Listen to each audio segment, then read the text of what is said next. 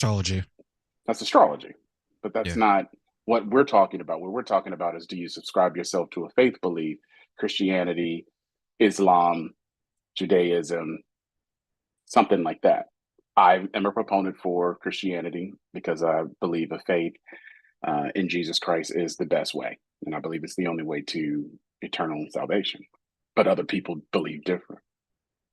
Yeah, yeah. I think like religion to me is just like it's just many faces of a similar coin where you have people like a lot of the prophets I know in Islam, Muslims and Christians, it's similar stories, just different names, right? I know some people maybe struggle with subscribing to one faith because they may not be getting the results that they want, but if they understood that Mm-hmm. faith, they would realize that hey, it's not necessarily what you want, it is what is best for you. It's what's best for you, and it's what's the best outcome for you. So, yeah, you're getting into the tenets of my book. Yeah. Well, we've already started, so tell me about this book before we jump right into it, my friend. It's the same book. So part one, part two, how to get great dating outcomes in a modern world. I started writing another book over the summer. I stopped because I said, why am I doing this to myself again? I wanted to take some time to just kind of reflect on the successes of the first two books and then just feel where I'm led to do another book. But for the audience that doesn't know, I'm an executive, I'm an author, I'm a content creator in that order. And I've spent the last 20 years working in developing inside sales, outside sales, and marketing programs. And I found that there were many commonalities between people in their relationship outcome as they had more professional success. The more successful they got, the worse their dating outcomes got. So I wanted to know why. And as I started figuring out the why, it was because people didn't know who they were, know what they want, know what they qualify for, or even with whom they qualify for, know what they wanted from them. So since they didn't know those four steps, they were going to be in a perpetual 25-year state of bad relationship outcomes.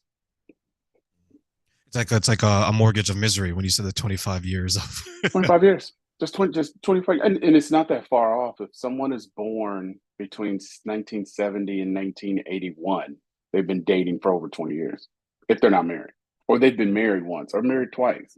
And so, and they failed once or failed twice. So they're in a perpetual state, and the book helps illuminate why they're in that state.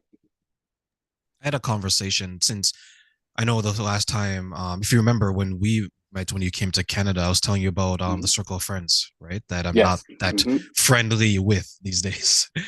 So I spoke to Mm. one of them offline and I asked him the simple question. I was like, some of these guys have been talking about getting married, having children for the last 10 years, and they still don't have it now. And I asked him the question. I was like, at what point or what year do you look in the mirror and say, you know what, I am the problem instead of everyone else is the problem? And he didn't Never. have an answer, never. And I told him The answer that is never. you, Yeah. yeah, I told him like you're wasting your time because you're just you're being influenced by them because now you're putting it off. I'm like, some of us are almost 40, some of us are in our 40s, some of us are in our mid 40s. And I'll tell you, Glenn, like if you were to look at some of them, you would think that they're straight out of high school. Just the way they carry themselves. So they would identify themselves as a city boy or a boy still. And most women would even say that. The six when we talk about the six versions of men that are in the dating market at any given time. Yeah, but they Um, would go to like a the church as well. So I'm always confused because I haven't been to the church in a while myself, but I know you go. mhm. How how are they helping to balance these men? Because I think that's the first step is to balance out the men, and then eventually you can help balance out the women. No, it's a problem. So if we want to talk about here in America, in the black church, there is no balance for men. Men get a men's day program and they have a men's ministry and men's choir. You see all the men in the parking lot ministry or working security. That's where the men are. And they don't want to be bothered. They don't want to be touched. They don't want to be, they don't, they're there to do their duty as their belief back to God through Jesus Christ. I am here to serve. I am here to be used. I'm going home. What we find is that the churches in the US that are successful with men don't break out their programs for men and women. They're the churches that are a part of ARC, non denominational churches. They're pretty much, I don't know if it's the right way to say it, they're looked at as tapping a husband and wife team, creating a total addressable market for lost souls in an area, and then helping them plant a church. And they get all the resources. If I had to liken it to my own experience, it would have been the days I had in QSR with McDonald's. You go find the right person to be in your trading area to sell and evangelize the brand. That is what I believe are the next 15 years. Those are the churches that are going to see the largest growth. And to get back to your point with where men are getting centered, they're not. Right now in America, we have men who are going to the internet, they're going on video games, they're going to the barbershop, they're going to the lounge, and they're talking to other men about the problems that they're dealing with. And the church has been pretty silent on that. The churches that are not are the ones where you're seeing not just mothers, single mothers and kids, not where you're seeing older couples, where you're seeing young men who are wanting to be husbands and be fathers come together and then help them live out their call according to Jesus Christ. But until men get in that mindset and get into the flow of the appropriate church for their specific season, they're going to continue to wander aimlessly and still look the way that they looked in high school to you. Do you think that maybe some of them need to understand that they have to do some deep soul searching and maybe understand the dynamic of how to I don't want to say handle a woman, but to maybe work with one because as you point out, they're spending so much time in their own circle of friends who are speaking the same thing, complaining about the same thing, and they just don't Mm-hmm. know the outside world or the other side. Well, the question is, why don't they feel like, to your language, can they not handle or be with a woman? They haven't been exposed to it. I mean, in our society right now, over the last 20 years, we've seen a 20-point increase in the number of single family led households by women. 80% in one population of children are born to single mothers, single, unwed. And of those children, they are going through their entire life from 0 to 24, never seeing their mother deal with the man positively. So then they come into the dating pool, which we have seen over the last 20 years, and women are looking for a certain type of man.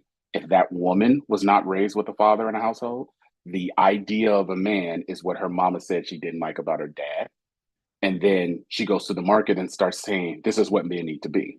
You don't know what a man needs to be. You've never been experienced, or you've never had the experience around a man. So when you grow up and you have the privilege to grow up in a house with a man and a woman, and you see a man leading, it is easier for you to not just lead her, it's easier for you to lead other men.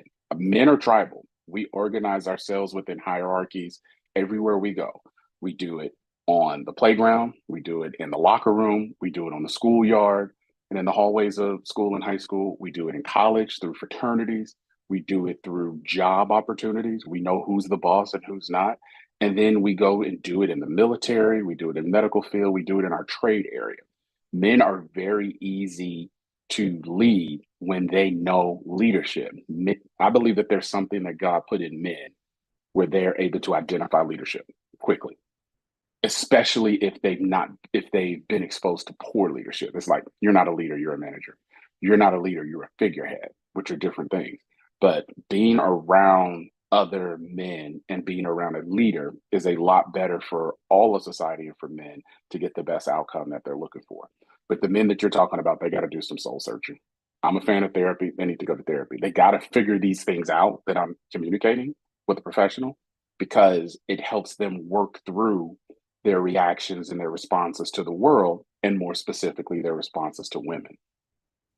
And I think that's why the church was so um strong when it came to okay, we have the setup, right? It's God, it's the man, it's the woman, then it's children, right? Like the man wants to Mm-hmm. lead and provide because to your point, men can healthy men can easily understand where they fit in for the optimal conditions and the best strategy going forward when it's 4, 5, 10 men in the group. Okay, this person's going to be good at this person's going to be good at that, this person's going to be good at leading, organizing, whatever. I think sometimes women struggle with that a little bit because they may view it differently than other men. And especially if they're looking for a man to that, and the men that they're picking up doesn't know what he's doing with himself, and he's what you'd call like a city boy, and he's struggling. They're always getting the example of a man who isn't a leader. So when they go out and they see one that's a leader, they're kind of like, oh my god, like how do I act? How do I respond to that? Is that what you're saying as well? Yeah, I'll back into it. So for the audience, we talk about that there's six type of men that are in the dating market. The seventh man we don't consider. That's a boy. He's a boy. You have a boy and you're listening to this right now or watching it, you know boys. They're emotionally immature. They don't take naps when they're supposed to. They don't eat their vegetables. They don't take their medicine. And they live their life through adolescence. So we say that the three type of men that qualify for a great relationship and a great dating outcome are modern men, traditional men, and high value men. High value men is what everyone believes that they are on the internet. They're not. The high value man is going to be less than 10% of any given population at any given time. And high value men only pair bond, marry, and procreate with high value women. So what women then, the largest pool of women are really going to be qualified for are going to be modern men or traditional men. The most of the men that the women that you're talking about are experiencing are, we draw the line, they're males. So a male looks like a man, talks like a man, sounds like a man, walks like a man, acts like a man, thinks like a man, but isn't a man.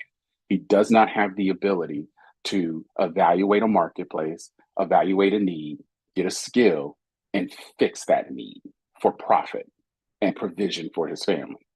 Males are always looking for someone else to come along and help them or save them.